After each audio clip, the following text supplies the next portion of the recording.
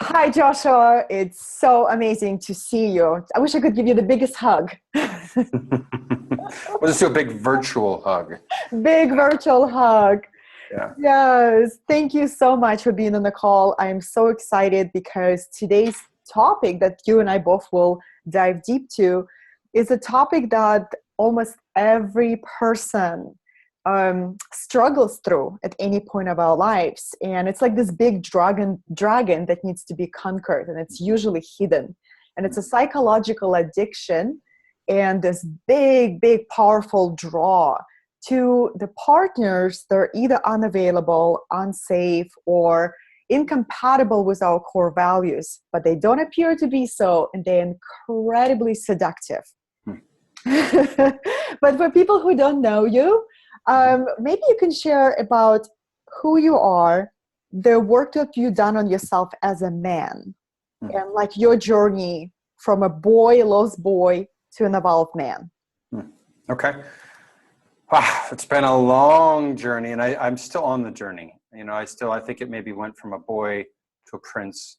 I look at archetypes, and now I'm working from the prince to a king on that development journey. But yeah, I've done a lot of work on myself. I have my own company in the personal development space. So I think it started back in about 2000.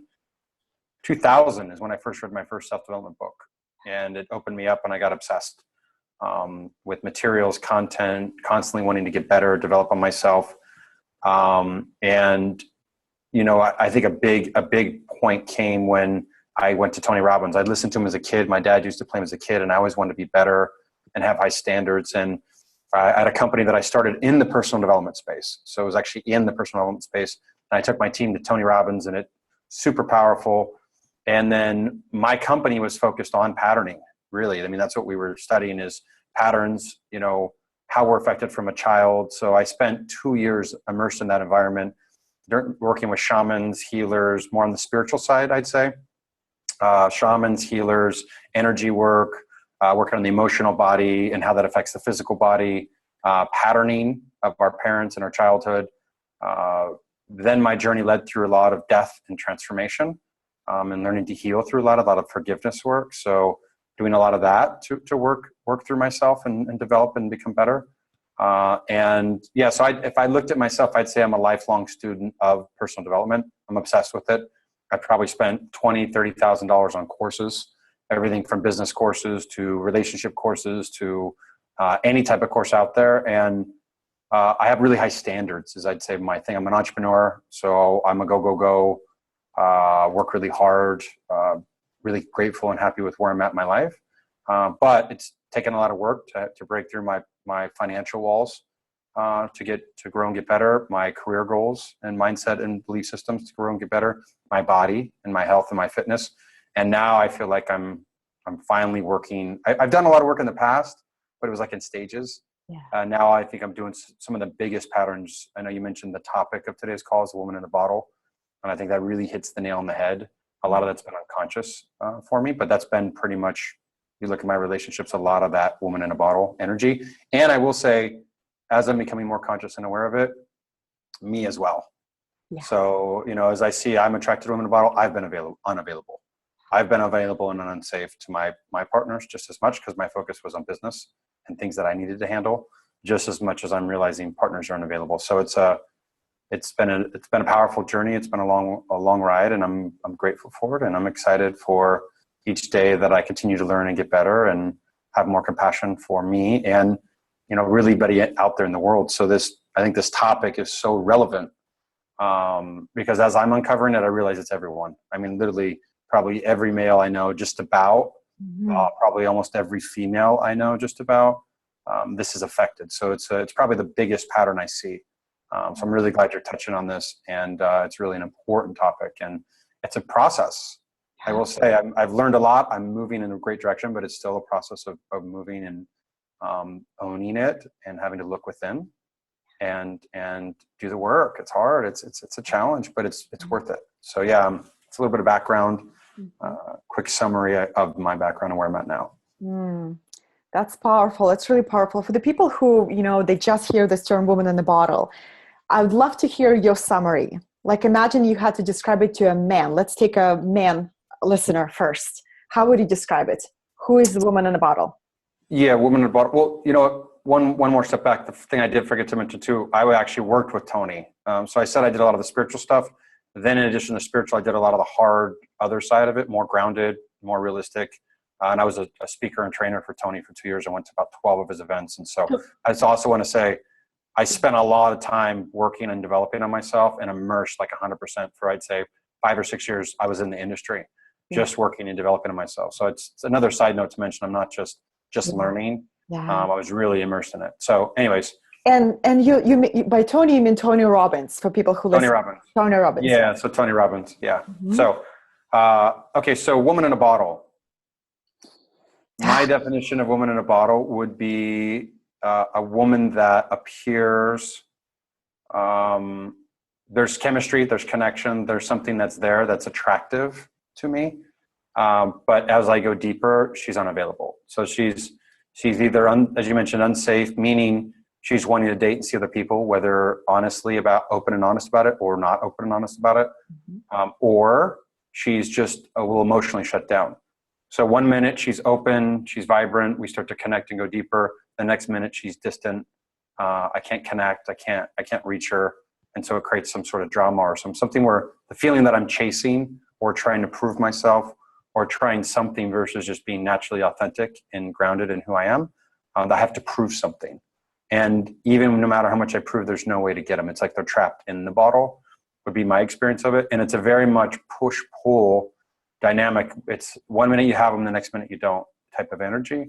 And there's a feeling of wanting to try to get them out of the bottle. So the challenge is, it's not a healthy challenge where they're growing and developing and becoming more and inspiring you to become a better person. It's almost like they're in the bottle and I have such an attraction for them. I want to get them out of the bottle. So, and you can't get them. So me as an achiever, an entrepreneur, competitive, I consider myself a competitive athlete. You want to compete to try to get the woman out of the bottle, but there's no winning. Is what it feels like. There's this feeling of, and I will also say they may start to grow and develop a little bit. So the attraction continues to develop because you start to see progress. And you're like, I can get them out of the bottle. I can get them out of the bottle. But that's more the energy. It's a disconnect and then super connected. So there's this feeling of yeah, I'd say that describes it. Absolutely. And Joshua, what you touch on that is how attraction, it sounds like a psychological manipulation, right? So as soon as the woman in the bottle realizes that you're leaving, her attraction for you comes back stronger, right? And the same thing with you. You play into it. You say, okay, I see the progress. The hope intensifies and attraction comes back. Yeah, I think that's even more. So it starts out as an attraction, and then I start to go, once I finally give and open up, they pull away. And then they pull away and you're chasing, and then you get frustrated and fed up and you're ready to walk away, and then they come back. So there's this weird energy with you give and open your heart and soul, and then they're not interested. And then you get fed up and want to walk away, and then they're interested. So there's this back and forth energy where it almost feels like you have to play the game to win. And then when you're playing the game, that's not authentic and congruent. So you want to give up and walk away, and then they come back even stronger. So it's weird. That's very much the energy. That's the attraction. There's intense attraction because it's totally unstable, totally uncertain from moment to moment. And it creates a lot of that spark and attraction and chemistry. Yeah. And how do you think it keeps people safe to play into that pattern? Well, I'll speak to myself. I feel like with me, it's almost a distraction because I can't get them.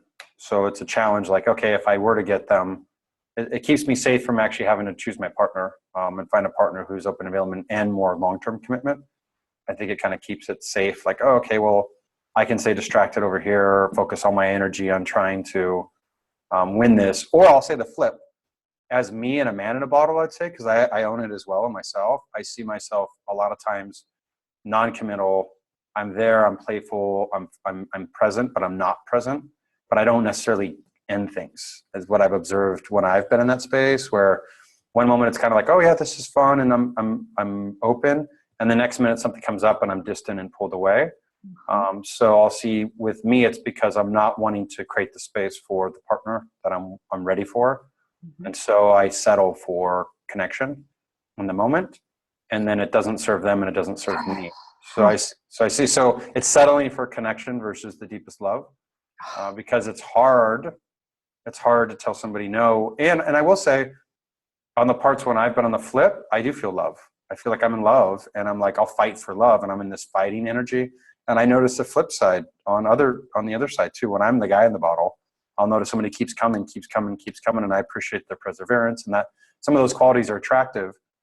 So it's just interesting energy, but it's not a flow. It doesn't just flow and move together. And yeah, so it's an interesting. If I sit down and write out exactly what I want and what I'm clear with and what that looks like, and I look at where it's at, it's not there, and I'm trying to influence it to get there, or I'm trying to influence myself to believe that at one day in the future we'll be there, or maybe there's a way to get there, or all these different things. But it's a way of influence. That's how I know I'm there, is when I'm trying to influence myself to stay, or how do I make this work, versus I'm influencing myself to let go. And that's it's almost like Spirit's like, you need to go this way, but you don't want to let go of that energy. And it's a hard one, because you have to let go. Oh my God. Everything in me just like, it just electricity goes every part of my body. You and I just completely mirroring each other, me as a woman going through the process, very similar, and this is the power of this conversation, because I know people who will be listening to this call, a few will be beginners, but a lot will not be beginners. A lot will be who are quite achievers, who've done the work. And this importance of reevaluating, okay, what is it I truly desire in a relationship, and where I'm at, and what's the gap? And the importance, what I just realized, is to keep tracking that, because it's so easy to scale back because of the connection we desire. Throw in it mind-blowing sex and you're screwed. You are in the fog. That's it. You're like, well, you got this great connection. And I will say, I'm from my standpoint, I won't enter into anything unless I have a deep friendship. So you have a friendship with somebody where you feel connected. You build a sense of deep relationship. So it's not like there's a deep connection in a friendship in itself. So you're having to walk away from a friendship, which could be even close to a best friend at times, not all the way. You're walking away from, like you said, mind-blowing sex, usually because it's so volatile. It creates this highly charged, and you're having to walk away from all that and let it go to refocus on yourself and what you want to create and the energy.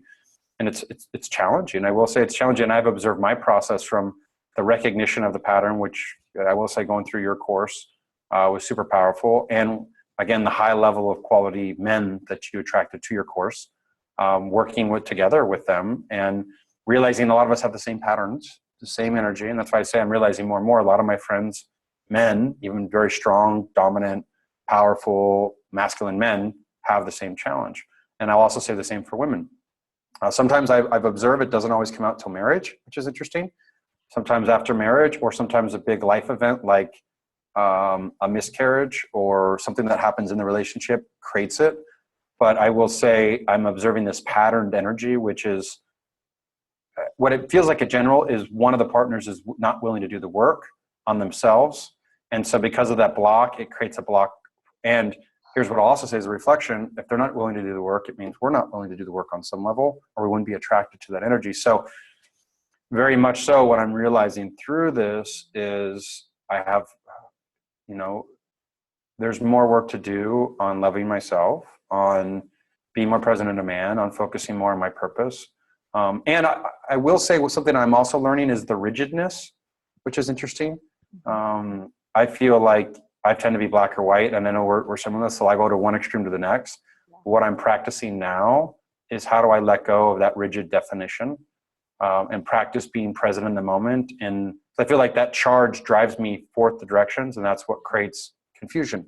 Versus let go, surrender, show up, not define, and continually move towards becoming the empowered, conscious, loving, present man in all situation, unconditionally loving, and just moving in that direction without claiming something as mine, and then becoming cautious when I'm stuck in that and not focused on my purpose, or not focused on creating the world for me, from my core.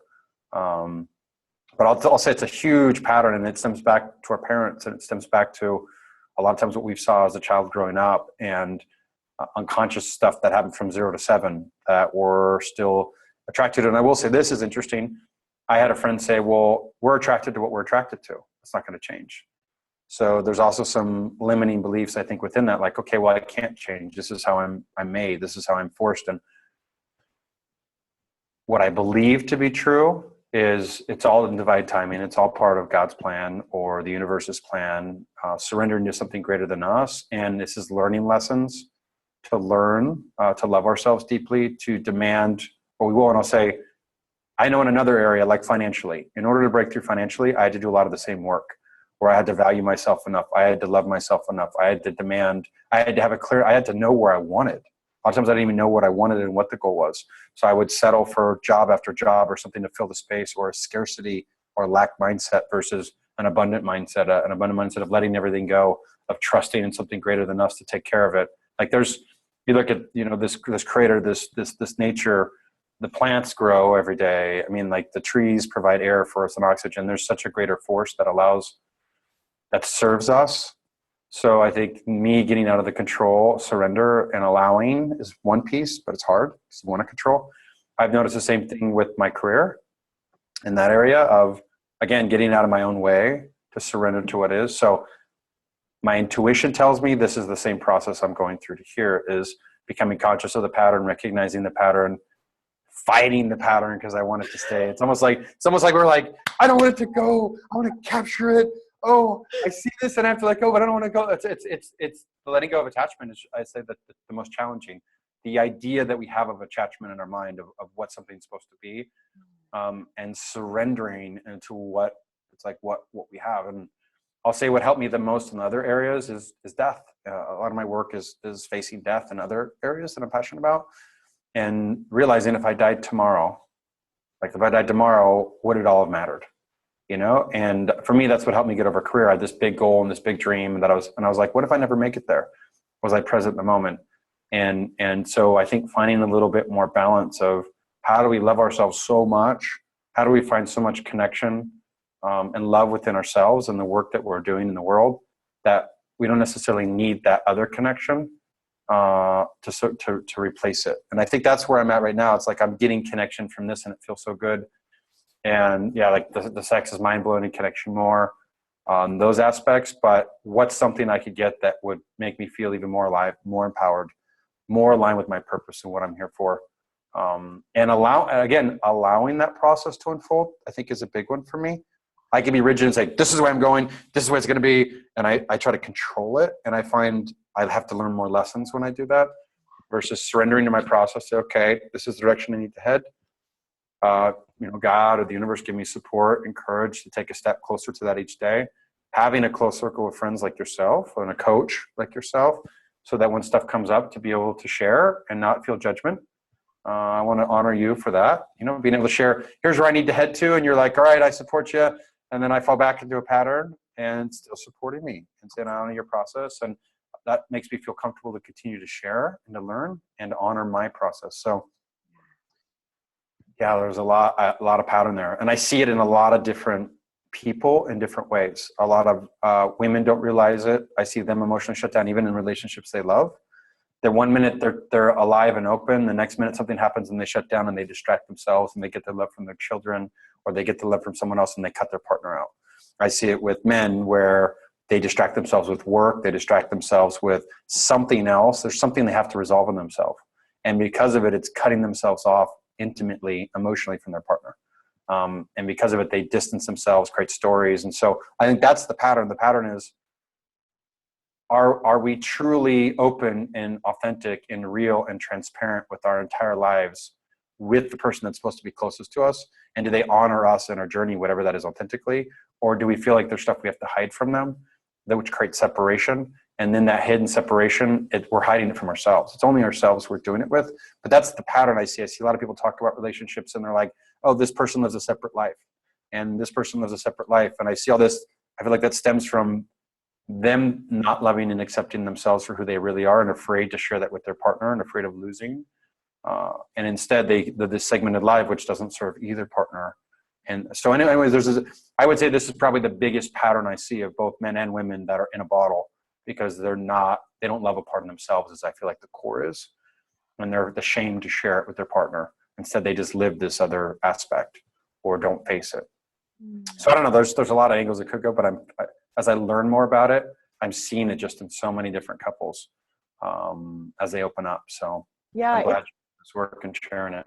it's powerful, Joshua. It's almost like, that very the old example, how you want to manifest a white car, a white Mercedes. And as soon as you clear that's what it is, that's all you see. And how interesting that this huge pattern that's been unconscious, the blind spot. It's almost like we are fish who live in the water. We don't know what water is because we live in it, right? But as soon as you get out of the water to the beach, you're like, oh my God, wow. And yeah, it's so profound. And I wanted to comment on, you made this powerful distinction about not judging your process. I feel like being an extremist and achievers, a lot of us, we're very radical people. You have to be radical to be an entrepreneur. You can't be like a, half committed person. So we're incredibly committed, but the question is what we're committed to. And then whenever we judge our patterns and become too radical, it's like a rubber band. So the further we go, the bigger that splash. Or if we just be like, you know what, I'm just going to honor my process. I'm clear. Now I'm asking different questions. Where is it coming from? Fear or faith? Fear or love? That's and I think, I'm so grateful you send these little book excerpts that you're always reading. And I feel like it's just the time, the most recent one was just like, it's trusting. What I got from it is it's trusting, like, which way is the current pulling you? And am I resisting it? Or so at least in my experience currently, it's pulling me in that direction. So I feel it because I feel called to do it. And if I try to resist, my need I see the patterns, my need is to resist it, to go this way, to avoid it. But what I'm learning is it keeps pulling me back in. And so I'm like, okay, let me stop judging it as this is wrong or bad. Let me observe the pattern. Let me be grateful for the pattern. And let me go with whatever the pattern is trying to teach me, or God or the universe brought this into my way. So let me explore it. And as you mentioned, look inside myself to say, where's my resistance to it? Where's my resistance, and how do I surrender that? And what I'm finding is, for me at least, it's the definition. It's me defining what my life has to be, which creates a lot of boundaries and rules and a lot of rigidness, versus letting all that go. Because at the end of the day, even with a life partner, here's another challenge I see. All right, so now I'm going to find my ultimate partner. So then we're so focused on the partner, it's like, oh, are you my partner? Are you my partner? Are you instead of just being real and authentic and open and present and in the space and allowing God or the universe to work for us or to us and bring where we're at and where we're supposed to be, and not attached to what that looks like and when we're ready. I feel like if I were to go to the extreme, like this is all I'm going to do and create that rigidness, it blocks. It's just a different energy. Whereas trusting, supporting, allowing, and not defining, and giving total freedom to the space and even to myself to be like, okay, here's my process. Here's where I'm at today. How does this feel? What's coming up? And that's at least what I'm finding is I stopped to look in. I found the rigidness of now I see the pattern, I'm going to go this way, was me trying to avoid dealing with it.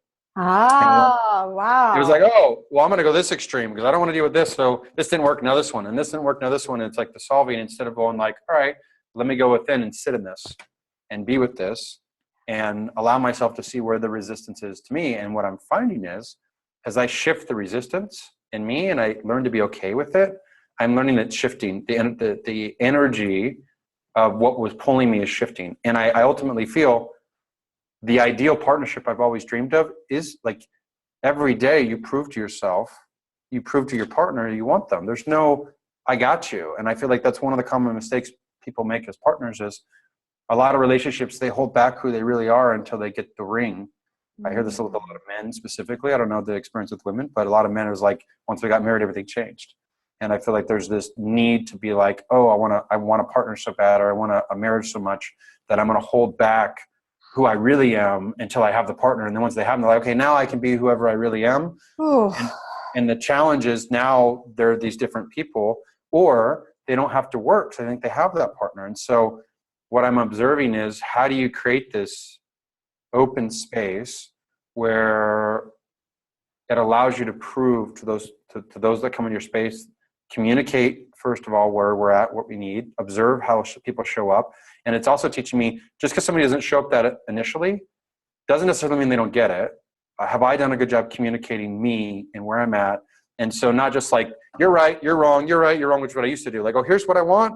If you don't meet it, you're done, you're done, you're done, you're done. Now I'm realizing, all right, here's where I'm at, here's when I flow. How can I gently communicate and lead anybody, just like I need to be led in certain areas that I don't know?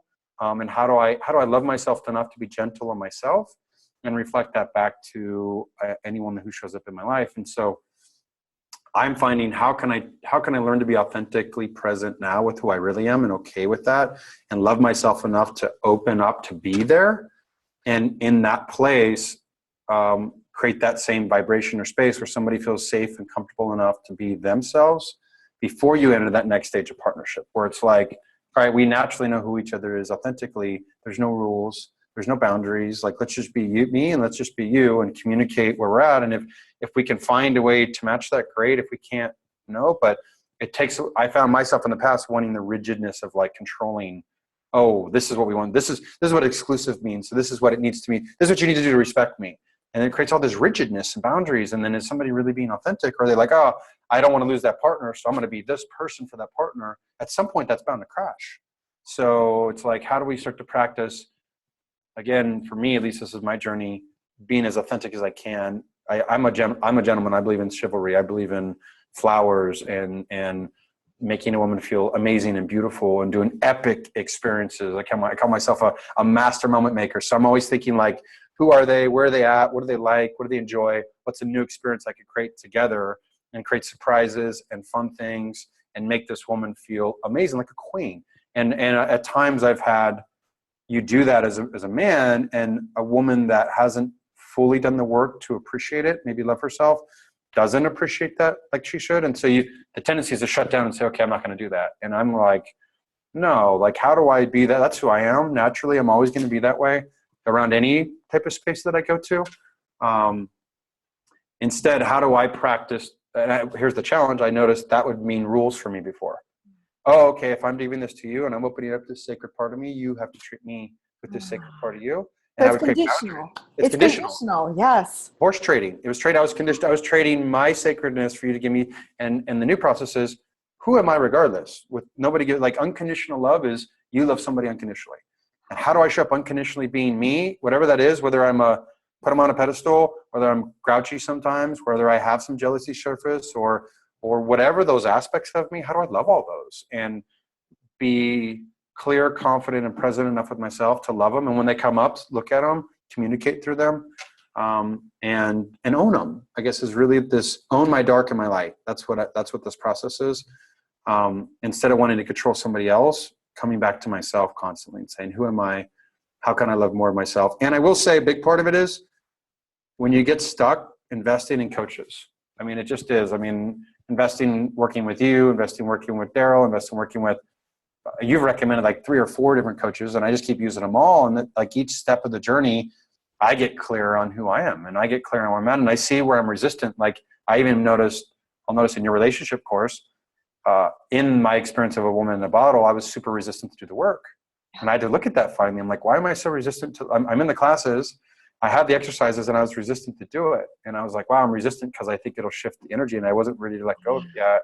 And I had to reach a point of leverage where I was so upset that I finally was like, okay, I'm ready to change.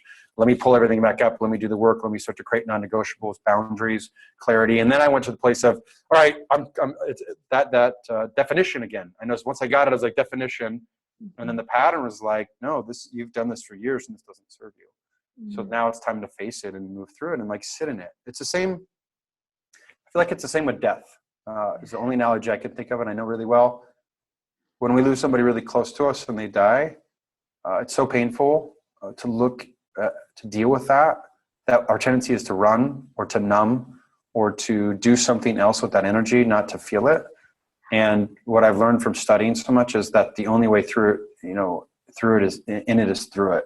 and sitting with it and being gentle with yourself. Like your process could take years, it could take months, like whatever, and letting it unravel instead of trying to numb. And I'm observing that's what this is. For me, a form of numbing was to cheat. Let me put this in a box, let me put labels, let me put you done. Boom, I label it. And if I label it, then I can move in a direction. What I'm observing now is by non-labeling it, it allows me to sit with it, be present with it, and not to try to do some unhealthy pattern to replace it or to get even with it or to... Right? Do something with that pattern because I don't want to face it. Instead, I'm like, deal with it, Josh. Like, step up, be a man, be a king, own it. Like, stop being like. And I like metaphors because some people might be like, why are you talking about prince, a king, all this stuff? For me, a metaphor is it challenges me to step up and be a grown up, be a man. Like, what does a boy do? A boy's a child. What does a prince do? A prince is wanting to become a king. He's a king in training. What is a king? A king has done the work to own his land, or an emperor, or those type of analogies. So moving through those stages, a boy, sometimes I have boy-like aspects and I call them out. I'm being a child right now. Like, I need to own that and move through that, tame the child. Other aspects of a prince is when I still notice myself not coming from the place that I ultimately see myself. And then as my king, like, how do I live for the land? And I feel like as the king, I look out for me and my woman. I look out for me and everyone. I'm focused on taking care of our kingdom. I'm not focused on running around, where did my queen go? Or chasing princesses all over the place. Or like, I'm not distracted with, I have a kingdom to run. So my focus is, I have all these people. How do I take care of the people? How do I take care of the kingdom? Of course, my wife can handle herself, and she's getting like, so that analogy helps me step into a fuller place of myself, to think bigger, and to step in a greater aspect where I can, in order to be a king, I have to be an example. I have to take care of my body. I have to take care of my health. I have to take care of, give my queen to rule the land. I want an equal partner. I see some of the dynamics with some men in this channel, because what's shifted a lot is women are really empowered now. And I'll say one of the shifts is me being a sensitive man, wanting to grow, doing a lot of self-development work. I watched this wave of women coming up, and then me wanting to honor them, and I lost some of my masculinity. I was like, and lost some of that dominant, masculine, powerful energy to support women and be more sensitive. And now the integration is, okay, I want an equal partner. I look at the queen. What does the queen do? She runs the land just as much as the king runs the land. And I will say, finding some good role models. I'd say Tony's been a good role model. Him and his wife, Sage, they run the companies together. Yeah, he drives it, but he gives everything he does to his wife, Sage. Like, everything I've ever done, it's because of her, and I'm so great. So he doesn't put her in the shadows. He puts her up with him. So what's that type of woman that I would want standing next to me with any work that I do, right? And creating that space, and likewise. So I feel that's where my ultimate vision is, where I'm living, and I'm getting clear on that, where I'm with her, we're celebrating together. We're two separate people living our two journeys. Because to me, that's healthy challenge. Healthy challenge is, she's growing so fast and so quick in all these different areas. She's challenged me to step up my game and be a more, like, I got to get better. And the same way with her, we're not unhealthy challenging each other to try to break through walls or patterns. And maybe that's some of it. Yeah. But again, the only way to get there is to take all this energy and focus back on me and plan my life around me, with knowing my queen will be part of it. And so I will mention one more topic is, you talk about the woman in the bottle, and you also, there's one of like the angry, bitter woman, and then the evolved conscious woman. Yes. And I will feel, I sense that, like, because I even noticed with your journey, I noticed when we first met about 10 years ago, you were a woman in a bottle. And I remember seeing where you're at in your journey to get there. And if you were in a woman bottle, I was definitely a man in a bottle, even more than where I'm at now. So, right? Like, super different stages. And I guess I see the growth, the progress of where you're at now, of like holding yourself as this powerful woman, living on purpose, doing the work you're going to have to do, that you're passionate about doing the uncomfortable, the courageous, getting outside your comfort zone, constantly invest in yourself and self-development courses, reading, just how much work you've done to be at a place that you're at now. And I also see the difference in the space that you're at, where you're open and vulnerable, and feminine, and holding yourself in this very feminine space, but you still have the masculine qualities, which is go get stuff done, take care of the people, like honor my space and my time and my boundaries, right? But it's very balanced, is what it feels like. And so I feel like that's the journey I'm on equally as a man, of how did I go through the disconnect masculine to then almost overly feminine, sensitive, to now finding that balance of like, how can I live my life, drive my life, take care of us, grow like this, but be sensitive and gentle and present and feel my woman and feel where she needs and take care of us, but still make decisions, right? Not fall into like the, and I will say this, the beautiful part of a woman in a bottle, because there's beauty in it. Yeah. The beautiful part is it's challenge. Some of the women in the bottle can be angry, and that anger can scare you as a man. Like you see this storm and you're like, oh, what do I do? And you want to, there's a tendency is to like run or not deal with it or give in. And what it's challenged me to do is to stand my ground of like, no, this is what I believe in. This is, I'm in my center. I'm in my space. This is where I'm headed, to be compassionate, to be gentle. But holding my ground, all of a sudden I think shifts. I'm observing, being authentic, showing up fully and present. The tendency is to run, right? Woman in a bottle. Oh my gosh, she's still here. Where'd she go? She disappeared. So the insecurities come up. I'm not going to be loved. I'm not going to be enough, which is, Tony says, are the deepest fears we have as human beings. So the tendency is to run, play games, disappear, act out, numb, do things to try to get ahead. All that energy, which doesn't serve.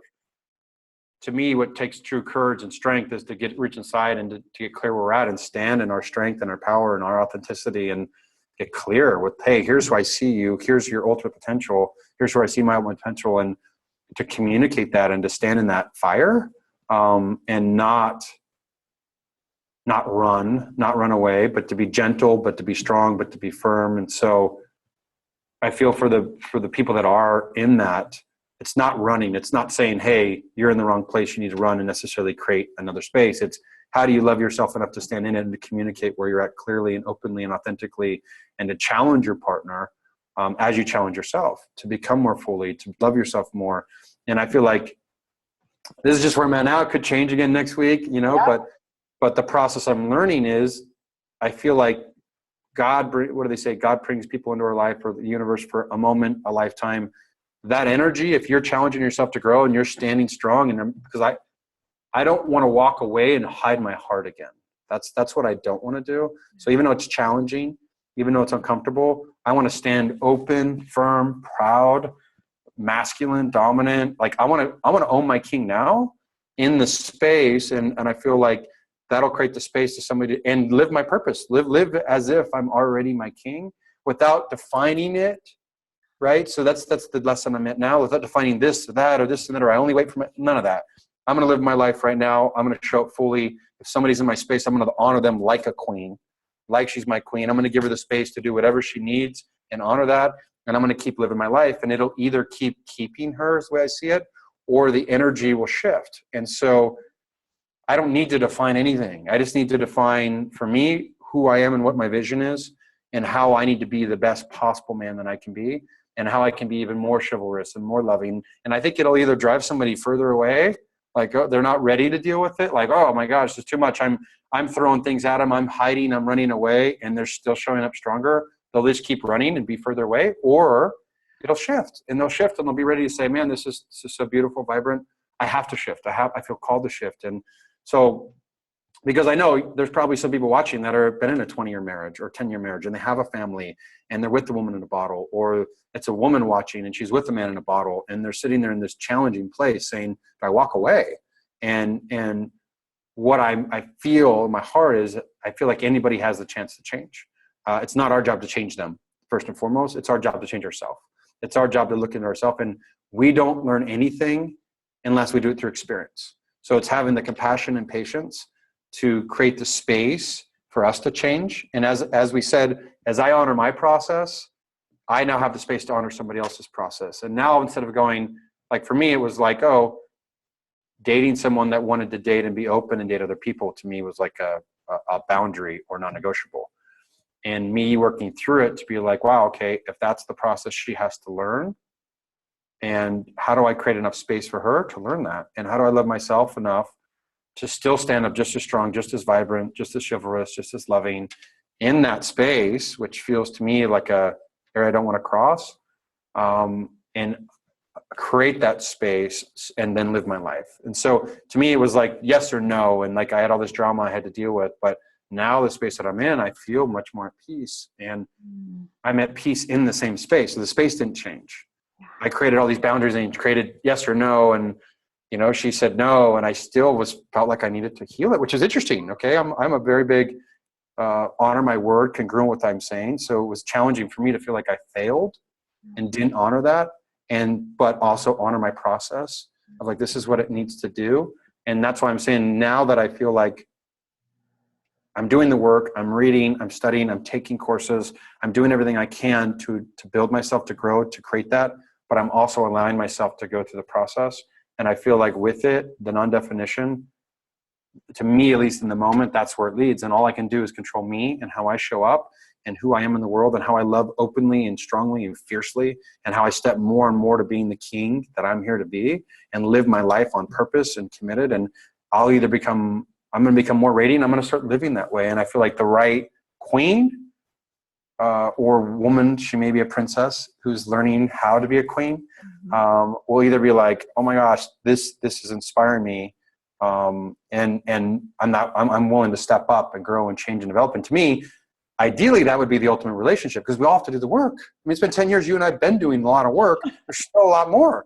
That's so I feel like it's not going to end. It's like, okay, now I got it. Now I can stop doing work. I feel like the ultimate partnership, they're created. Yes. And it's created through constant work. And there's going to be more challenges as we grow and develop and go on to see the world. And so how do you do that? And the ultimate partner, I feel like, will step up and grow and change. They might have a different process than ours, and being okay with that and not trying to control their process has been hard for me, or show them, I know the best way to grow. You need to grow this way. It's like, let me create space. And it's like this. I feel like we're like this going through life. And if a partner shows up, they showed up because there's something I need to learn from them. So if they're here, okay, I see them here and I'm learning lessons. I just need to keep doing my path, and I'll either keep seeing them or it'll shift us away.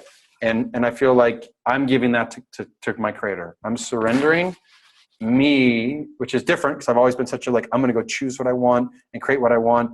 I'm learning to let go and choose how I want to feel, what my partner looks like, and condition that's what's here. So I'm not, what's the way to put it? I'm conditioning the vision I have for my partner and how I want to feel and what that looks like every day. And I'm getting clear and I'm visioning it. So I'm conditioning that part, and I'm stepping more into the vision partner I have to be to match that.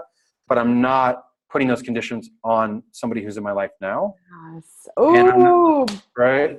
big one. And I'm just, poof, right? It's like, okay. That's a big one. Oh. So just, to be more tactical, when you say conditioning, can you describe briefly the process of conditioning? Yeah, this is how we change patterns. This is like the end all. So everything in our life is based on beliefs. So a belief needs legs to live. So me unconsciously as a child from 7 under, having a belief that unconsciously I want a woman that's unavailable, or whatever that case may be, is why I've been attracted. And I actually did a chart, and I looked at through a coach that you recommended. So working with you and one of the coaches you recommended, I built this whole chart of, which I will say was in your mastermind because it's just awesome people that you had in it. But this chart, I looked through every relationship, and I looked at why I was attracted, why they ended. And I was really clearly able to see the pattern and make that connection. And so I realized I am not going to have that happen for the rest of my life. Why? Because I don't want my kids to do it. Well, we don't learn.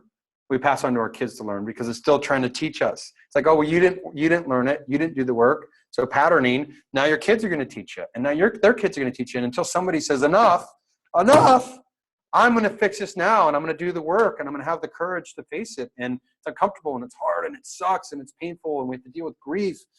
And then the hardest part, here's what I found, is the conditioning. And what is the conditioning? The conditioning is when you have a habit or pattern and you do it again and again and again, and it's even stronger if there's love tied or sex tied or all these other things tied to it. So it's like somebody who is eating donuts every day and they are unhappy with their weight, and they see the donuts and they keep eating those donuts, and it's really hard. What they have to do is they have to find a powerful vision, an extremely powerful vision that's even more empowering than the donut that they want. And then they have to find negative associations. I'd say not with the donut. This has been my mistake in the past, with that energy or that pattern in them.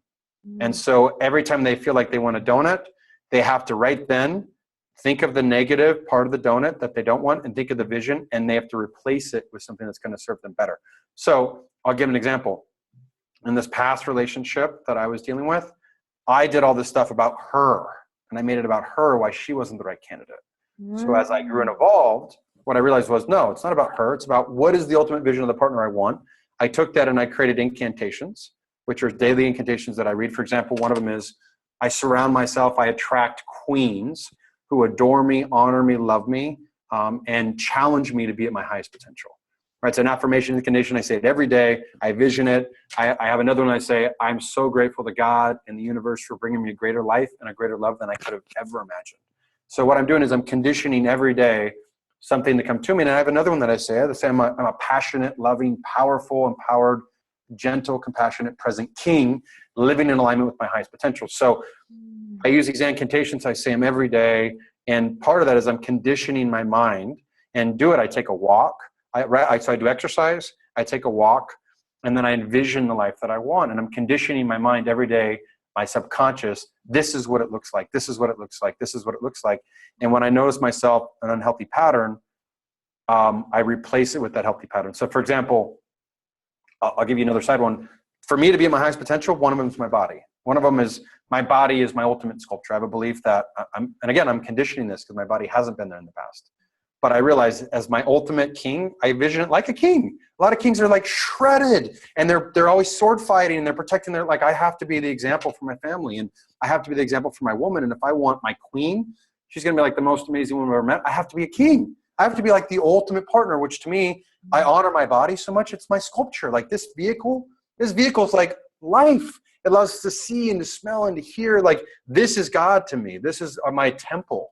And how I treat my temple is reflective of how I treat my life. So I'm like, I have to make this my number one focus point of sculpting my body, honoring my body. So before when I would, and I travel like every week, I'm all over the country. It's been really challenging, but I'm like, that's an excuse. That's bullshit. Like I have to commit now to creating the ultimate sculpture, my ultimate body. So for me, I had to not eat bad foods on the road. I had to plan ahead. So I had to condition myself so much of where this body is. And then I had to associate it with my queen and all these other things so that day by day by day. So big picture is it's progress, not perfection. And this is the biggest one because I'm such a perfectionist. I used to be that if I didn't do it right, I would revert rubber band back, like you said. Again, big extremists, big realities. So here's the vision, here's where I'm going. And I'm going to replace the unhealthy patterns with the healthy patterns. The healthy pattern is working out. So yeah, if I'm feeling charged in a relationship, I go work out. If I'm feeling charged or something else. So I'm substituting unhealthy patterns with healthy ones. And the hardest part I'll say is doing it. Right when it comes up, you don't want to do it. The tendency, that's why our patterns are so strong. We don't want to do it. It's like, oh, I know I should go to the gym. I don't feel like going.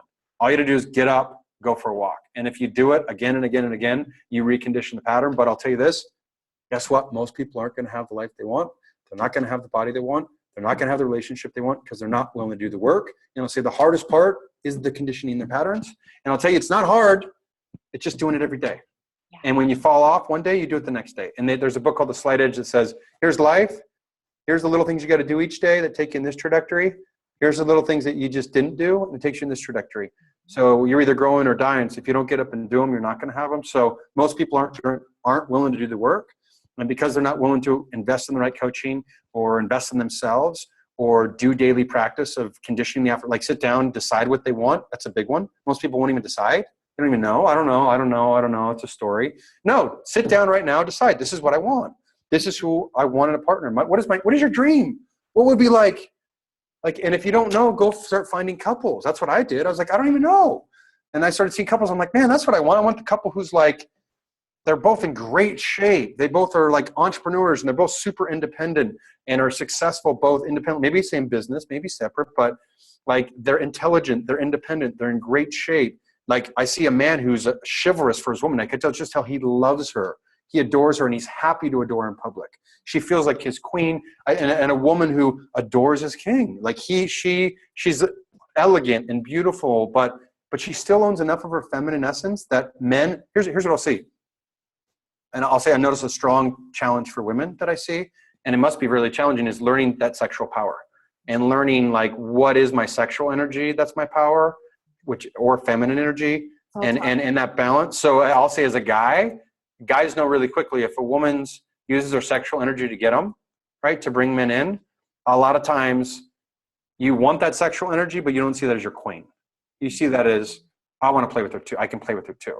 It's the woman who owns her sexual energy, owns her space, owns her power. She's in her feminine, which if a woman's in her feminine, you're going to be attracted, period. Doesn't mean she has to throw sexual energy out. She's in her feminine, and she's owning that. You're naturally attracted to her, but she owns her space. She's clear what she wants. She's like, I know what I want. And that's the woman that every man dreams of having. So like when you see that, you're like, that's what I want. I want a woman who's the ultimate queen, but who's a whore at the same time in the bedroom. It's the same thing that a woman probably wants in a man. Like who's the king and a gentleman and chivalrous, but will be a freak, like will be a freak and will be the bad boy behind the sheets. Like we have to integrate both. I have to know all the depths of my darkness and be okay and present and constantly want to go deeper into that. And I have to constantly love and adore my gentleman and my chivalrous. And I say the same as a woman. Like it's a journey to figure out your sexual energy. And wow, okay, I can get all this attention and I can get all these men and I get all this energy from it. But like at some point, it's not serving. And so it's like, how do I find that right boundary between owning myself for my intelligence, for my strength, but I see then they revert even backwards. I think they use the sexual energy, figure out what it is, maybe get hurt or violated or something happens and they shut it down. And then the masculine comes out like, okay, I'm going to put up these walls and I'm not going to open the vulnerable side. And I see all these different energies. And so there's like, I feel like the ultimate queen and she's embraced them. She goes, wow, okay, I can be a strong, powerful, intelligent woman. I want people to respect me for my intelligence, my inner beauty, my inner glow, my grace, my elegance with how I carry myself, right? And when you're feminine, there's going to be pieces of the sexual energy that come out. Or when you're with your king, there's going to be, if you're comfortable sharing those, then people see them and go, wow, they got both. Like they're both super sexual, super connected, but they're holding that, they're containing it within themselves for each other. And you see it in their energy as a man when he's in his masculine and he's owning the place and he's taking care of his woman like a king would, then there's naturally going to be attraction with feminine women. They're going to be like, man, look at it. Look at the way he holds her. Look at the way he owns her hand. He's not afraid to grab her and kiss her in public or do things which are outside the norm because it's like, this is my queen. I own this land. I'm in my power. Wherever we're at is my playground, right? So I feel like that's the true masculine, yet he's gentle and sensitive to sense when she wants him to ravish her in public or not in public, or when he needs to be a gentleman and not ravish her and be gentle. And like, so that's how presently we have to develop as a man, strong, dominant, masculine, yet super present, open, sensitive. And the same as a woman, she knows when to, because she's the weather. She's like, we're the strong oak that doesn't move. She's like nature and all over the place. And she's present enough to honor her feelings and emotions, to know when to open and to be gentle and to be nurturing, like so nurturing for him, to take care of him and be feminine and open and freaky and crazy and wild and, never know what's going to happen next. So there's this balance between, I think, the masculine and also to know when to hold herself sophisticated and elegant and in certain public places or certain things and use her intelligence, but also that femininity where that's when I've seen a woman walk in a room and every man in the room wants the woman, because she knows that. And I think it's hard, just like it's hard for a man to learn the balance. It's hard for a woman to find that balance between how do I show my femininity, which is naturally sexual, right?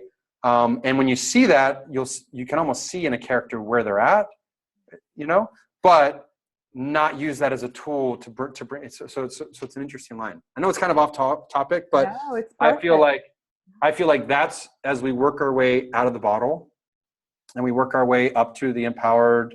That's what it is. We've learned to embrace our dark and our light, and we've learned to love them and integrate them and to contain, not to contain. It's almost like to allow them to be, but have clarity and love them so much that we're not trying to hide them. It's almost the opposite. And in so we're just clear. So I feel like maybe the whole thing of the man and woman in the bottle is when we haven't loved all of ourselves. So our darkness is in a bottle, or our the other parts in a bottle. So one of them we're putting in a bottle, we're not acknowledging, we're only showing this side, and we're like, I can't show this side, and we go back in the bottle, or we show this side only. And maybe what we do is the different partners, you get my dark and you get my light. And I think part of it is I can show you my dark because this is just over here and you can see my light, but how do we integrate those and love those in ourselves and allow us to be that way and continually become more into that? So yeah, I think we're discovering this as we go. Oh, Joshua, it's oh my God, I'm so grateful for you just letting yourself go in so many different like streams of thought, because each one is absolute gold and they're all connected, and it's almost like we're painting a picture. We can't just paint 3 brush strokes and explain this very complex dynamic of what attraction really is, what it serves us. And I was reflecting last night, and my pattern was triggered as well. And the old conditioning was to start putting, okay, what this person is not giving me, right? That's the old conditioning. And my shift is to prayer. So surrendering to prayer. So instantly I envisioned the face of the person and I said, thank you for helping me to heal this. And this is my prayer. Thank you for helping me. Thank you for helping me to heal this. And the biggest shift of acceptance of this pattern for me was when I realized the partners who activate this pattern, we have those sacred contracts with them. They are our healers just as we are the healers for them. Because whatever is that pattern, so let's say for you and I, right? Let's say we have, we have this, been attracted to unavailable partners. Let's say this is the pattern. Well, for them is, just for the sake of an example, for them being loved for who they are and being enough and being accepted for that. And when we shine the light and we show like, no, I really, really see you as enough. And you don't need to, here's a definition, the difference between a princess and a queen. I love this variation of it. There's 2 kinds of women, slave girls and queens. A slave girl is a princess, right? Maybe she's in a tower. Maybe she was captured by a different tribe and she sold herself for her freedom. But it's not a true freedom when you sell who you are. And this archetype of a slave girl is really, really strong because of our insecurities, our past. My mom passed on that archetype to me really strongly. And just like you said, until we clear it and heal it, we're going to perpetuate that cycle.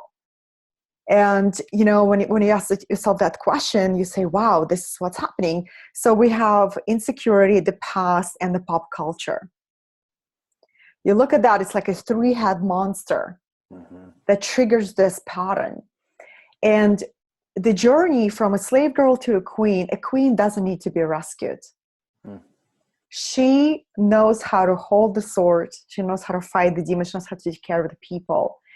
And this is what the confidence of a king in her loyalty, because a slave girl will sell herself to get her freedom back. You see go a little bit deeper into that for a minute. Go a little deeper. So what does that mean? What could that look like, patterning, or what could that look like? Yeah. So meaning what? Like what could be an example of that?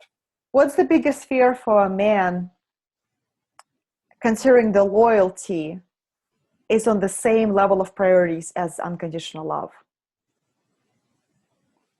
So you're saying, meaning that sexual energy I talked about earlier, they would sell their sexual energy to get attention. Is that what you mean? They would give in sexually to somebody else and give up that because they're taking that, they're wanting freedom for whatever needs, and they think if they take that, and they think they're taking it, but they're really, when they give up their sexual energy, they're actually letting somebody else win, is the irony I've seen. Okay. It's like, oh, I'm going to use the sexual energy to draw somebody in, I get attention, and then and they have sex, or they do something sexual, or they even just get that attention. And I feel like that attention, that way of pulling in it's a take energy. It's not a give energy, it's a take energy. And so it attracts takers. It attracts the energy of somebody who's wanting to take from them. And so I guess that's what I would see is that I'm just trying to understand, like when you say slave girl, it's like you attract the slave energy of, I'm going to take you. And so I'm going to take you. So you're pulling takers together, even if it doesn't seem like it at first. because it's not giving. You're not finding each other by giving each other. But I don't know. And also, I mean, this is just one definition, but sometimes you're just attracted to somebody and there's playful energy or there's sexual chemistry. So there's not to take away from that energy. I don't want to say either. I think it's just being clear. If it's somebody that somebody's very interested in and they're like, wow, this is interesting, there's one thing to show that. It's another, and it's another thing if somebody's flirty and they don't have an intention of doing anything and they do it anyway. I think that's maybe where the definition could be, or they end up in a wrong situation where now there's this possibility for something to happen when that's how it started. So, but I'm just trying to understand like an example of that. So somebody listening could go, what does slave girl mean? Absolutely. Yeah. Well, I'm describing the slave girl to a queen. It's an evolutionary journey. It's evolutionary journey until the woman admits on the deep core of her being that she still has desire to be rescued. She has desire for somebody to come, solve her problems, solve her financial problems, give her what she thinks she needs. Basically, we're conditioned to wait for our prince. We're conditioned by society, right? So it's incredibly difficult for women to admit it. Instead, we either play very masculine. I don't need a man. I'm cool. I slave my dragons. I really don't need a man. I only have time for pages, right? Fulfill my needs. I have this time for that, but I don't need anybody. So you can never reach her. A slave girl is the one who really thinks that she has to give up a part of who she is to get her needs met. Do you see the difference? Mm-hmm. She thinks it, but she doesn't necessarily do it. Right? Or you think she does? Is it more of a thought process or more of a? Well, because I will say on the other end of it, I see the flip side. I see the empowered, probably an amazing woman, but because she's so in the archetype of I don't need a man, there's no space for because I'm a gentle approacher. Like my style of approaching, I'm very honoring. I'm very respectful. I'm the guy that's like, let me look for the space with somebody. And if there's space, I have space to approach. Yeah. If there's no space, and I feel like that energy of, I don't need a man, there's no energy, there's no space. So there may be a woman who've done a lot of work, who have owned that, like, I'm going to go create my life, create what I want. But they're also like, a man has to feel needed. Like we have to feel like there's space in there. So I feel like it's a balance between how does a woman own who she is, work through that energy of the slave, step into that, but almost be fully present, creating what she's going to create in the world, but open and with the space for somebody that can come in and feel needed. Because if you don't feel needed as a guy, it's like, well, how do I show up for you? And when you're vulnerable, like that's when, at least that's what I found when it's easiest for men to come, because you're like, oh, you're vulnerable. I feel needed. Yeah. And I feel like that's how we work really easy. We're like, I feel needed. Yeah. Oh, I can be a hero. I can be a hero. Right. Yeah. So is that how they make, so their transition from a slave girl to a queen, maybe go deeper into that transition. It's owning, first they have to own in them. Cause I'll say the reflection is the same as a guy from a prince to a king, cause I see a lot of guys who they don't make decisions. They're not decisive. I'd say it's the same thing. They're deciding, here's where I'm going to go. Here's what I'm going to do. Here's what I want. So there's that they're almost they're not making decisions, and that's not attractive for a woman, because they're like, okay, well, who's this guy? He's not even deciding what he wants. He won't take what he wants. He won't stand in my storm when I freak out. He runs.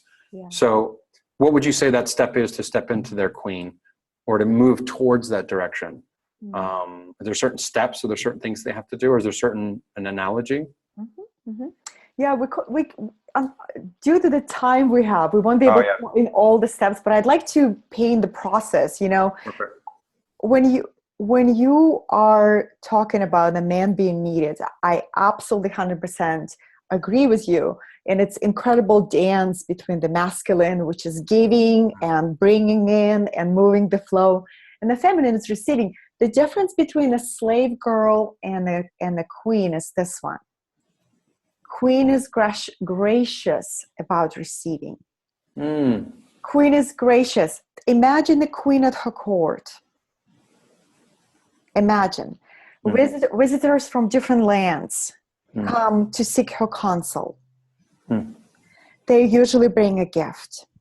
Hmm.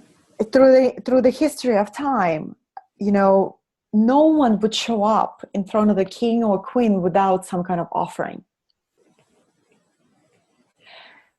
Some almost like, you know, the malicious queens would they go into entitlement, but that's the shadow, because the bigger the tree, the bigger the shadow. We always, that's why you and I, we say, you know, we never stop working, because it's exactly that. The bigger we become in service, that's not in the ego, the service to others, the more we have to be sharp in realizing our shadow is growing as well. Because nothing is more seductive than power and influence. So that's why we have so many queens and kings who are in their shadow archetype. Got it. You see what I mean? Yeah. Got it. So they've done the work to get to where they need to be, yet they have this shadow that's following them. They don't see how the shadow's following them. And so that's why I know one of the things that there's a lot of women who are empowered, amazing, beautiful women who are single.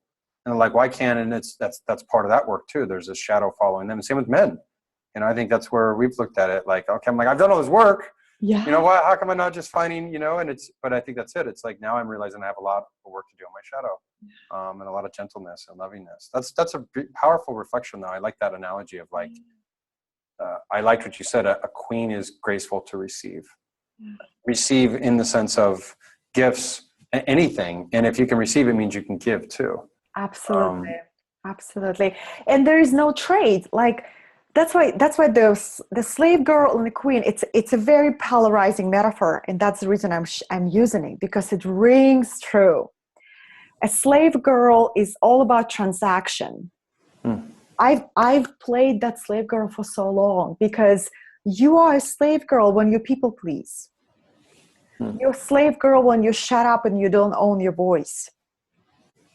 You're a slave girl when you give your body before a person, you know, has made you feel emotionally safe to open up your soul. It's transactional. A queen has boundaries. To enter her kingdom, you have to obey and respect the boundaries, right? So you're not going to roll into her kingdom and make a fool of yourself. She will not tolerate it.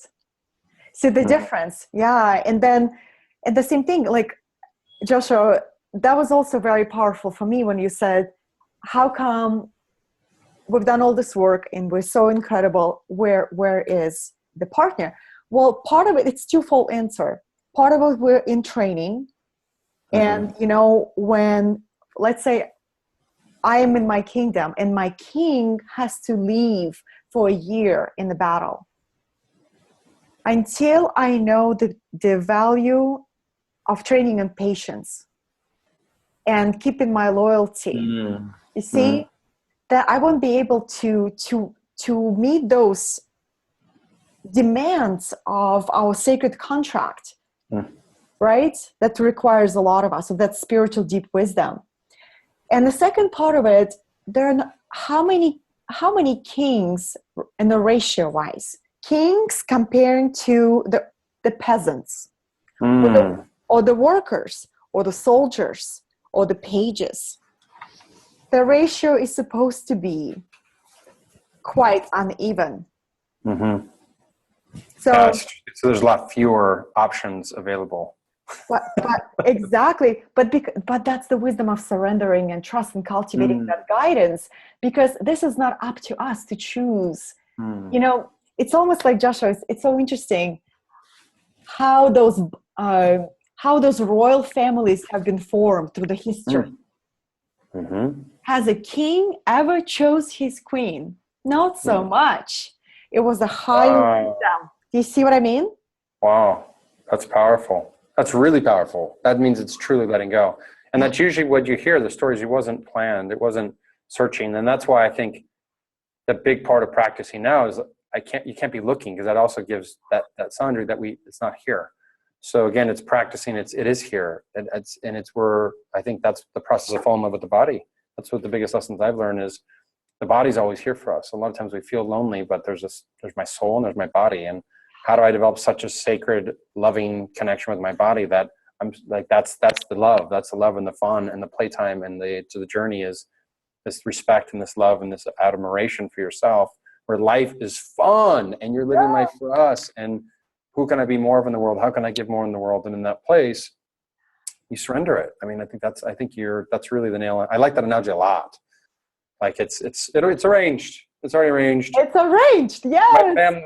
My grand family, my God and my universe is arranging my queen. So I just have to show up and continue to take care of my land and my people and, that process and be living in alignment with that. Isn't it powerful? And I also think I thought about the movie Mongol that I watched, and it's so powerful. If you haven't seen it, it's incredible. What is it called? Mongol. They talk about the story of life of Genghis Khan. He was the most epic emperor of 1300th century AD. But they were talking about how they chose the wife for him. He chose his wife at 10 years old or 9 years old. And his father took him to the tribe, and he couldn't see his wife.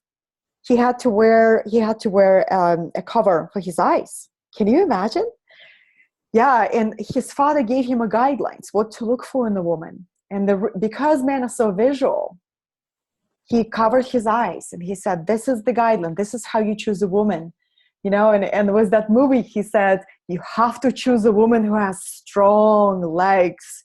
Women with strong legs make a happy man."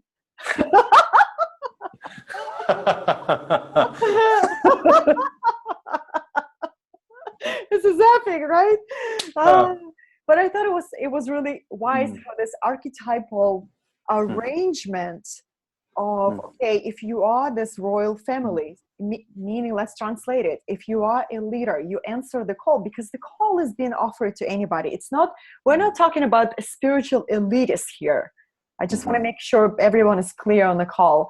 We're talking everyone get this opportunity to answer the call and step on the journey of becoming a king or queen.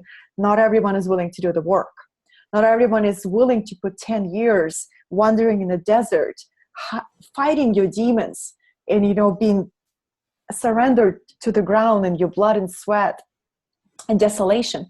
But those who do, you better believe it, that so many things have been already arranged. So many things. And we just have to trust it and, and take care of the land, like you said, and excel in our skills. Because when the power of being prepared, right? Being prepared. Luck, when opportunity and preparation meet.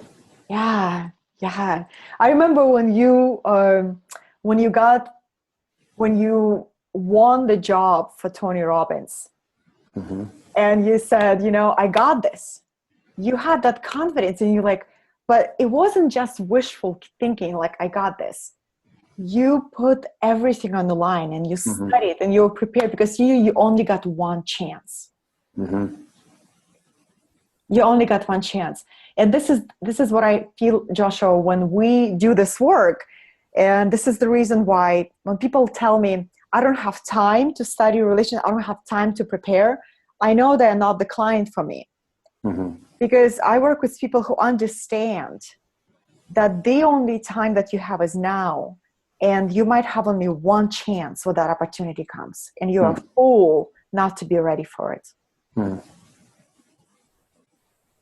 yeah, and I think on that other note, I think you really hit the nail on the head. Like, not everybody's willing to do the work. I think that's really what it comes down to. And the work is different for each person, based on the vision that you have for yourself and the vision that you have for your life. And I feel like the work is really stepping into our full potential. That's what it is. And I'll say this, because this is what drives me. I feel like at the end of life, because I've spent so much time around it, and I look at my life review, and I look at what I achieved in my life versus what I didn't. I want to know that I laid everything on the line and I feel complete. So I want to know that I gave everything I have to have the body that felt amazing, that I could feel proud of. I want to know that I gave everything to create the career that I have. And it's changed a lot. My definition used to be from this $1 billion empire to now I just want a great life where I have a lot of freedom and I have more than enough to take care of me and my family, and I can live forever without having to work. A lot of that's changed, but it was different than the goal I used to have. And, I want a relationship which being together physically changes. Not only is it passionate and alive and connected and committed, but I want when we're just together, it physically has an effect on other people, because it's, like that's my standard that I'm moving towards. And like you said, I feel like I'm willing to do the work. And I think that's part of this kind of ties right back into everything we just talked about. I realize, settling for connection instead of love.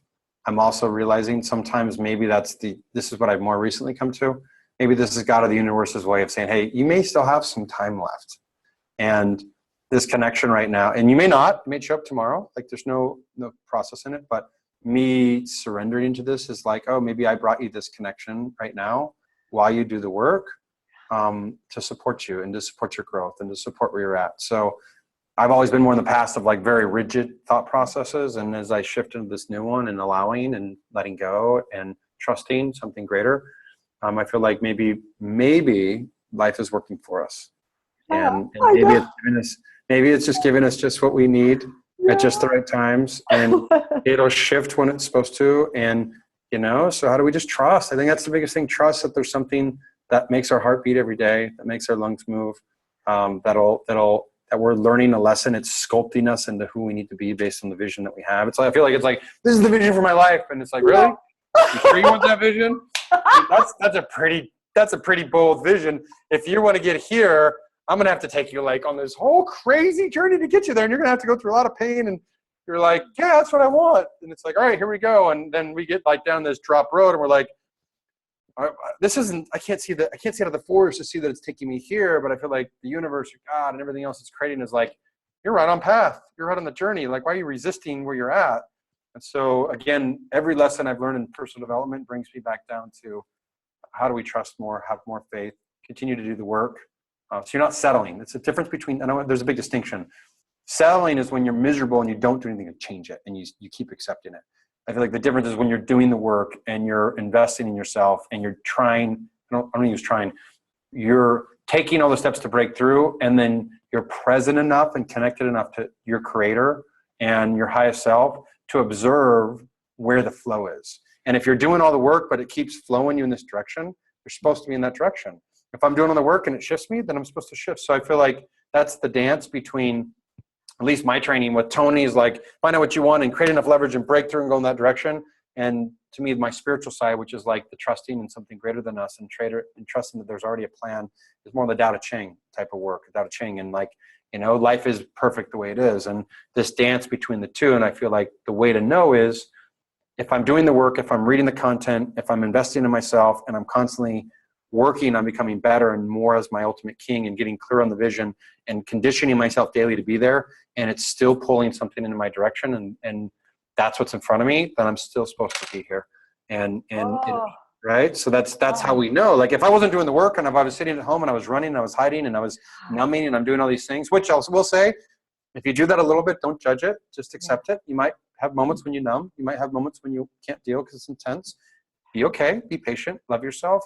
And then the next day, get back up, dust your feet off, and move towards it again, and move towards it again, and move towards it again. And I feel like if you're doing the work and you're investing in yourself and it still brings it, it's supposed to be there. I feel like if you're doing the work, and I notice it because I feel a pull. That's how I know the difference between spirit and like patterning energy versus one. It's like pulling me and I can't almost let go. And I'm like, all right, I have to learn this lesson. It's the current's taking me here and I'm trying to swim uphill. Exactly. And I'm like, all right, just keep doing the work, keep moving that direction, keep painting that picture, and let go, and let the current take you where you will as you're trusting that. So, and I will say for anybody listening, there's a great chance. Like, don't cancel the possibility. Maybe the partnership you're in now, maybe by you doing the work, maybe by you investing in yourself, all of a sudden you start to shift and change, and all of a sudden your partner watching you shift, they automatically start to shift. They automatically start to change, and maybe it was you, maybe it wasn't them. And, so I feel like all along, we all have work to do. How do we be the change? That same thing. How do we be the change in the world? Not expect it from somebody else, not create conditions on somebody else, but I'm going to choose to create what I want in the world. I'm going to live authentically and fully and be grateful, practice gratitude. So. Oh, Joshua, that was, we're done. We went 10 layers up and high. Amazing, Yeah. amazing. What an incredible message. And Mike, like maybe the few words you can say, uh, a man who is similar like you, Hmm. who doesn't have a challenge to getting a woman. You're like a woman's magnet. You know what I mean? I've never seen you with a woman who is less than a 10. I've never seen. Each one is like, boom, it's even better. Yeah. So for a woman for a man like you, and who is also has a full plate, maybe think he thinks that he will think about it later and he'll just waiting for the right one to come. Words of warning and words of encouragement to do this work, and who should they maybe consider doing this work with? Yeah, great. I'm glad you brought that up. So yeah, I mean, it's funny. I even get that comment a couple times from friends who are like, how do you do that? And I'll say part of it's because I am doing the work. And as I do the work and raise my standards and I'm not willing to settle. And I have a belief that it's always going to be better. So whatever doesn't work, I know will be better. But as I do my work and love myself more and have higher standards for what I demand of myself, I find that I get that reflected in the partners that I choose and the women that I choose is one. And then I will say in the other, for that same guy who doesn't have a problem attracting amazing women, but I would probably guess you have the same pattern if you're not with your partner. If you're not with a woman who makes you feel like a king and adores you and you're proud to go everywhere, like to me, the ultimate partner should be somebody like you are excited and grateful and honored and want to spend your life with. Mm-hmm. And as the man, I'll tell you, man knows really quick. You know in your core, yes or no. You just know it. It's either fuck yes or fuck no. Totally. So for that man who's thinking it, my question is here, and this is what started to shift it to me. I had a coach. Again, there's so many coaches and things, and I will say, take a step back first. I just believe in Katerina and the work you've done, and for me, having a woman's opinion. I've done a lot of relationship stuff, but it was really powerful for somebody like you who's done the work and are living. I feel like a living example, and I'm so close with you, and I've seen your transformation, and I really admire you and see how you stand in the world and what you believe in the world and your values, and you're passionate, you're kind, you're sweet, you're compassionate, you're gentle. We've always had so much respect. You're gorgeous.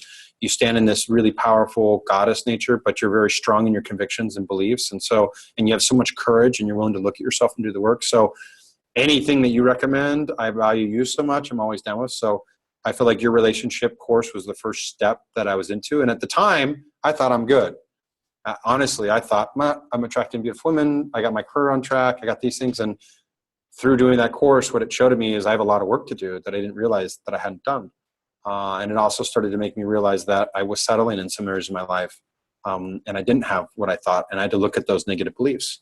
And what that brought up even more is I need to work more on coaching and having coaches. And I've coached with you. I've coached with 2 or 3 other coaches. So to me, it's not just one, it's having multiple coaches to help in an area that I need, just like a business.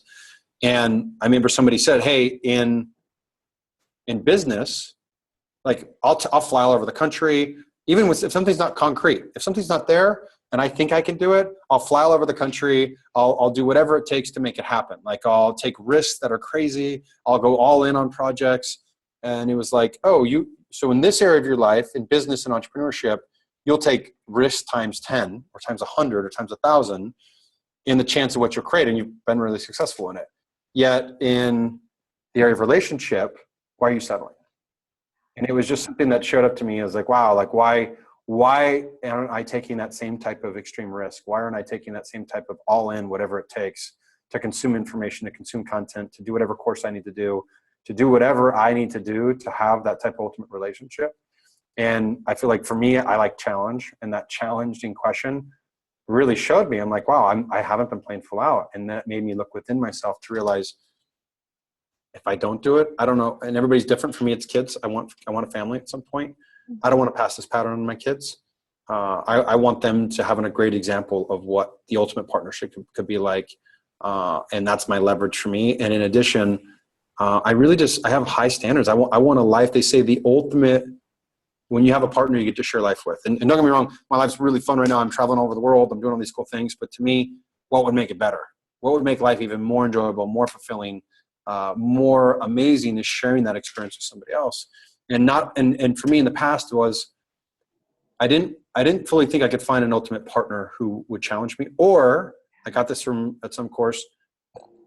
I think I was intimidated or scared by partners, if I'm real with myself, like a woman that could match me. I think maybe I had insecurities in myself that I wasn't willing to look at, or I thought I needed things outside of me before I was worthy of one of them. I thought I needed a better body or more money or some of these other things, so that I wasn't worthy of actually going after what I truly considered my ultimate potential, or somebody, so I couldn't even see them. So I think unconscious, and I think it was subconsciously. I think I've always thought she's a 10, I'm going to go after her. But I think subconsciously, I wasn't fully creating the space to go after what I wanted, because 1, I hadn't done the work. 2, I didn't really know what that looked like. And 3, I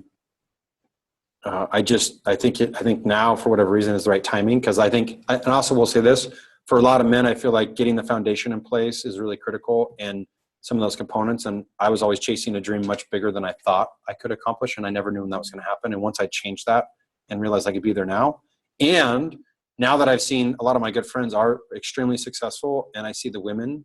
So here's the irony. As a man, let's say I thought, oh, you see these women that are like you said, the women in a bottle, and the slave women. So at the time, when you don't have wealth, or maybe the body you want, or some of these other things, and you're trying to chase slave women, the slave women are attracted to money, abundance, wealth, all these things outside of yourself that you don't have. So as a man, you think, oh, I need all these things to get the actual woman that I want. So what do? You put your head down, essentially you settle, or some men, you won't even marry somebody and get divorced or whatever the case may be, until you accumulate your wealth. Then once they have their wealth, now they go, oh, that's a slave girl that I want. They don't think it's a slave girl, but then they go after the women who are slave women, who don't love them for who they are. They love them for the money. So then they end up unhappy, and they're back in the same situation they're in. So I'd say that I see these patterns with men all the time, and where I'm at now, I don't want that. I want a partner who loves me for who I am, not for what I do, because I'm such a risk taker. I may lose it all a couple times. So it can't be about money. It can't be about my body, because I might change, and we're all going to get old and wrinkly and die at some point.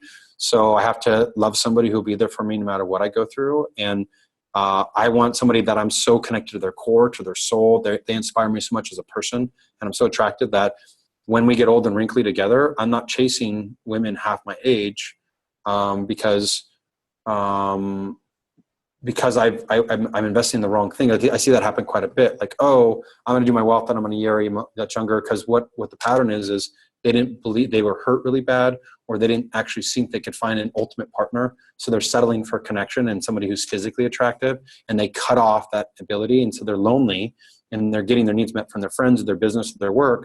And then they're connecting with this young girl, which I'm not saying there's anything wrong.